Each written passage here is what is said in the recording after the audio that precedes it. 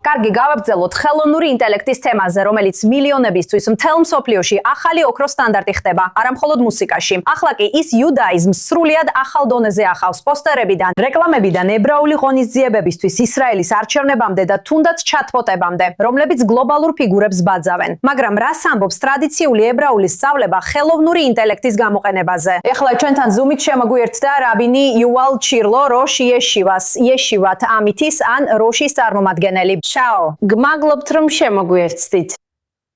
დიდი მადლობა. ჩვენ ბევრს ვისმენდით ხელოვნური ინტელექტის შესახებ. როგორ ხედავთ ახლა ხელოვნური ინტელექტის როლს? ვფიქრობ, კარგია თუ როგორ შეიძლება მან გავლენა მოახდინოს ებრაულ ცხოვრებაზე და დაეხმაროს უფრო მეტ ადამიანთან მისვლაში. სინამდვილეში ჩვენ გვაქვს ორი მიმართულება. პირველი არის ხელოვნური ინტელექტის გავლენა იუდაიზმზე, რადგან ყველაფერი უფრო ჭკვიანი ხდება და უფრო მარტივიც. შეგიძლიათ უფრო სწრაფად ისწავლოთ, შეგიძლიათ მიიღოთ ყველა ცხარო, შეგიძლიათ გყავდეთ ხაურახ, როგორც ჩვენ ვამბობთ, მეგობარი, ვისთანაც ისწავლით, უნდა გაამახვილოთ ყურადღება და კარგად უნდა იცოდეთ, რომ ეს არ არის ავტორიტეტი. მაგრამ კარგი პარტნიორია თორას სასწავლად. მეორე მხრივ, ვეკითხებით საკუთარ თავს, როგორი უნდა იყოს იუდაიზმის გავლენა ხელოვნურ ინტელექტზე. გულისხმობ ეთიკურ საკითხებს, როგორიცაა თაღლითობა, ყალბის სიახლეები ან სხვა მსგავსი თემები, ყველა ეს იდეა, როგორ შეიძლება იყოს უფრო ეთიკური, როცა იყენებთ ხელოვნურ ინტელექტს.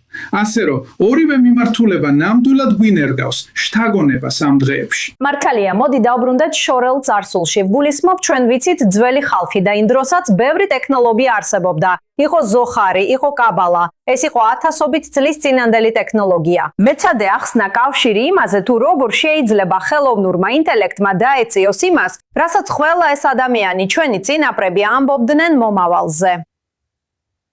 პირველ რიგში არავინ იცის, რადგან ხელოვნური ინტელექტი მართლაც რაღაც ახალია. ეს სრულიად ახალია, რადგან საქმე არ ეხება მხოლოდ იმას, რომ ჩვენი ინტელექტი ქმნის ინსტრუმენტს ან სისტემას. სისტემა ქმნის ინტელექტს და ეს სრულიად განსხვავებულია. მაგრამ ჩვენ გვქონდა ესეთი რევოლუციების ყველა სახეობა. დაახლოებით 500 წლის წინ საბეჭდი მანქანა გამოიგონეს. და შემდეგ ჩვენ ვიხილეთ დიდი ცვლილება და დიდი გავლენა იუდაიზმზე. რადგან ცოდნა აღარ იყო მხოლოდ ძალიან განათლებულებისა და სწავლულებისთვის. ის გავრცელდა, ყველას შეეძლო წაეკითხა, გაემრავლებინა და რაც უნდოდა ის გაეკეთებინა. ასე რომ წარსულში ვნახეთ, რომ საბეჭდი მანქანების გამო ბევრი ცვლილება მოხდა. მოგვიანებით თუნდაც 40 წლის წინ ინტერნეტმა შეცვალა ყველაფერი. იფიქრეს, რომ რაბინების როლი დასრულდა, რადგან ყველას შეუძლია ჰკითხოს რაბი გუგლს. მაგრამ სინამდვილეში რაბინების როლი შეიცვალა. თუ ინფორმაცია გჭირდება, ნამდვილად შეგიძლია გამოიყენო Google. თუ ეს გაგებისთვისაა. ვერ ჩაუღრმავდება გემარას და ვერ შეძლებს, მაგრამ ეს სხვა ადამიანებისთვის ისაა, რომლებიც არ იზრდებიან. იეშივაში არ გაზრდილ ადამიანებსაც რეალურად შეეძლოთ პასუხების მიღება. მაგალითად, რას ამბობს თალმუდი ABCDEFG-ზე? ასე რომ ვფიქრობ, ეს კარგია. ხელოვნურ ინტელექტთანაც, მაგრამ ძალიან ფრთხილად ვარ, რადგან როგორც უკვე ვთქვი, ხელოვნური ინტელექტი სრულიად განსხვავებულია, რადგან ის რეალურად ქმნის ახალ ინტელექტს და მოგვიწევს ვისწავლოთ, რა იქნება ჩვენი როლი იმ დღეებში. ახალწინსვლას ამასაც აქვს ბნელი მხარე და ნათელი მხარე და როგორაც ჩვენ, როგორც ქანქარა ბოლოს შუაში აღმოჩნდებით, მაგრამ თუნდაც ტოლერანტობის მუზეუმი, დიახ, ეს არის ახალი მუზეუმი, ახალი ტექნოლოგიით. მათ შეძლეს მისი ინტეგრირება, მაგრამ მას აქვს ხელოვნური ინტელექტის ჩატი, სადაც რამბამს ესაუბრებიან და მას კითხვებს უსვამენ. ესე რომ ეს არის მაგალითი თუ როგორ შეიძლება მისი დადებითად გამოყენება ახალგაზრდებისთვის მოსაწონად, რომლებიც მუზეუმშიც კი ვერ მიდიან, მაგალითად ჩემი შვილები. ხო, ეს მაინც თამაშია. იცი, ჩემი შვილები ამბობენ, რომ ხელოვნურ ინტელექტთან დროს ზოგავ, მაგრამ მერე ისევ მასზე კარგავ. ასე რომ, ძალიან ფრთხილად უნდა ვიყოთ, რომ ზუსტად ვიცოდეთ, რა სიტყოდა რამბამი. მაგრამ როგორც თქვი, შეგვიძლია გამოვიყენოთ ის, როგორც რაღაც, რაც გვინერგავს შთაგონებას. ყოველთვის უნდა იყოს ადამიანი პროცესში ჩართული. ასევე იცით, რა თქმა უნდა, არსებობს ხელოვნური ინტელექტის სისტემები, რომლებიც დაკავშირებულია Google-თან და სხვა მსგავსებთან, მაგალითად Gemini. როგორ შეუძლია დაეხმაროს კითხვებზე პასუხის გაცემაში, იცით, მე თვითონაც ვეტანებ მას. მე ვუძღვებოდი გადაცემას სახელად Holy Land Uncovered, ასე რომ ეს ყველაფერი ძალიან მომწონს, მაგრამ იცით, შეგიძლიათ მოძებნოთ გარკვეული საკითხები. მაგალითად, ახსენით, რა ხდებოდა სფაჩიარის დროს და რა ხდებოდა შიმონ ბარ იოხაის პერიოდში.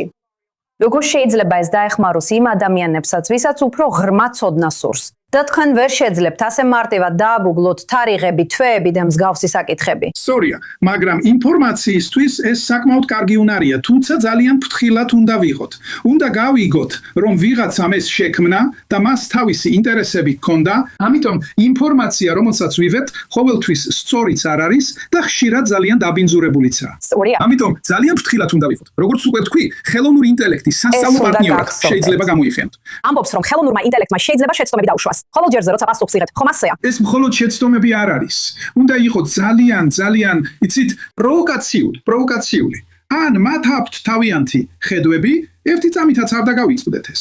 კარგი, დიდი მადლობა. ძალიან საინტერესო საუბარი იყო, რაბი უალჩირლო, დიდად ვაფასებ. მადლობთ.